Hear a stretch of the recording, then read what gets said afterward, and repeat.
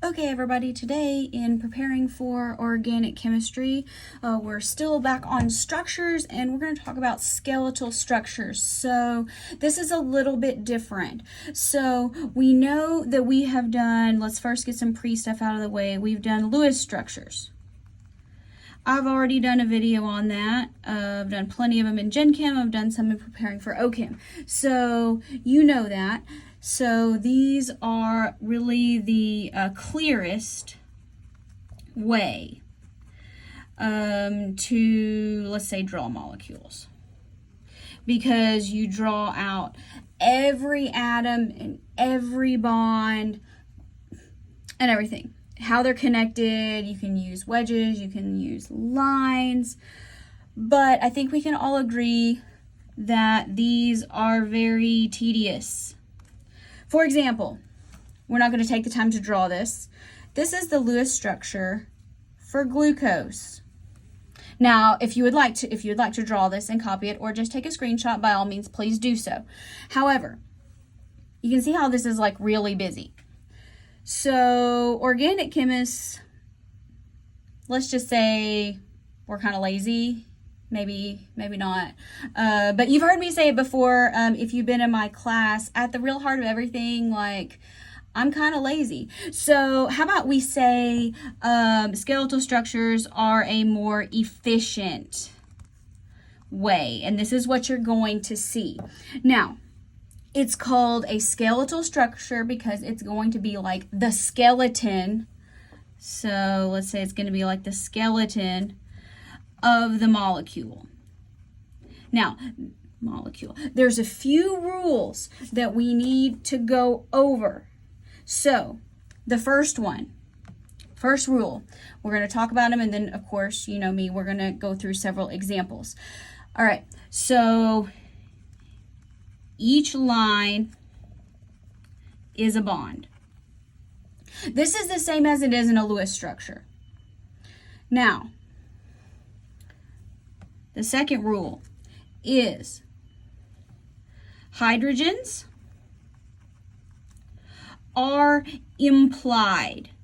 All right, so we are going to be drawing no hydrogens. So you see all these hydrogens here. Well, actually the ones connected to carbon.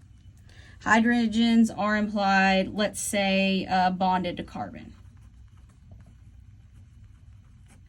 So if a hydrogen is bonded to carbon, like this one, this one, this one, this one, we don't have time for that. So what you can do is, we know that carbon always have 4 bonds. So you can say the number of hydrogens bonded to each carbon is going to be 4 minus, let's say,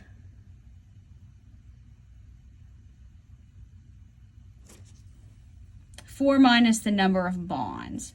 So however many bonds are bonded to carbon. Again, we're going to look for, give you some other examples. And the third and final rule is heteroatoms are explicitly labeled. Okay, so let's take one of our other examples that we have done before. How about acetic acid? So let's kind of look at this. Okay, so we have acetic acid. I did this in one of my other videos. Okay, so we said that it is either CH3COOH or C2H4O2. These are the formulas. Okay, so if we're going to do a skeletal structure, so that means there's 2 carbons and they're going to be bonded to each other. All right. So we're just going to draw one line. Okay? Now, at the end of each line is a carbon, and we're going to assume there's hydrogens. Okay, so this is a carbon. You just have to get used to it. At the end of a line, every bend in a line is a carbon. I'll do some others for you, don't worry. And so let's say this carbon is the one that has 3 hydrogens. Do you see how this carbon has 1 bond? All right. Yes. 4 minus 1 is, or 4 minus 1 is 3. Yes. So this has 3 hydrogens. So that's this one. Okay. Now this has this carbon. We have to draw these. Now look how this hydrogen is bonded to an oxygen. Similarly to this up here. So that we have to draw out. So here, we're going to have to kind of curve this. So here is our carbon double bonded to the oxygen. And here's our carbon single bonded to the oxygen.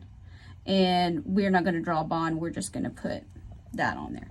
And for completeness, we should draw our lone pairs on the oxygens. Okay, so this is kind of a terrible drawing. I promise I'll get better at it. But so what this here is, every bend, so this is one carbon by itself with 3 hydrogens.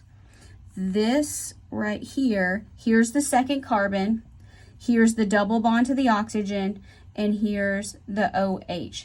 Now you're gonna go, Dr. B, that actually was still pretty complicated. I know, but it could be a lot worse. So I'm going to put up another video where we're going to go through these steps, but that's just kind of our basic introduction.